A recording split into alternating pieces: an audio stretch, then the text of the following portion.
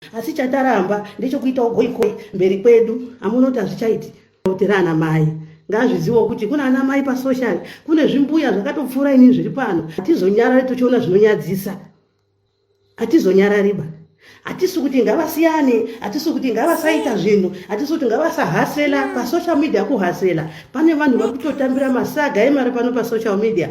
They are hustling, let them go ahead.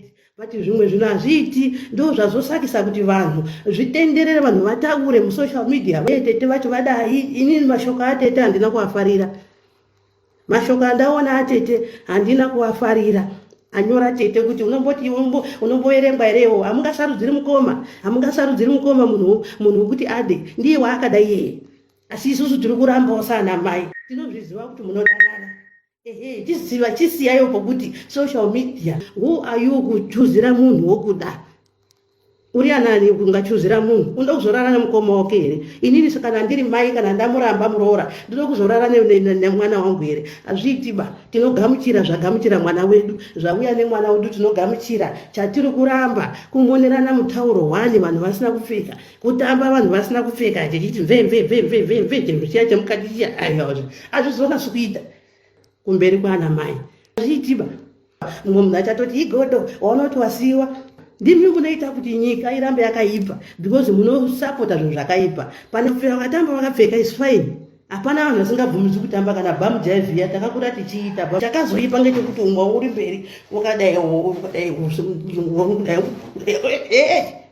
zvavanoita ngavaite.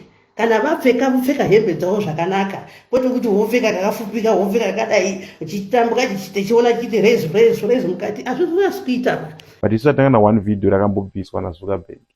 Atanga na video rakambobviswa neYouTube. Because tinenge takapfeka. I know kuti it's entertainment, but entertainment yacho kuzoshowa our body. Aichisiri entertainment ba. Zvatova kune rimwe bato. Riya kunozi azvionekwe ngemaanda navadiki vari pano. Vanonzwa sei vechidiki vachiona zvimwe zvinhu zvinoitwa zviya. Tave kunyara even kukomenda. Tave kunyara even kupedza video. Inini panapa vanhu vakaita meeting vachiti toda kuvhara page rake nokuti ari kudya zvinosemesa pa social media.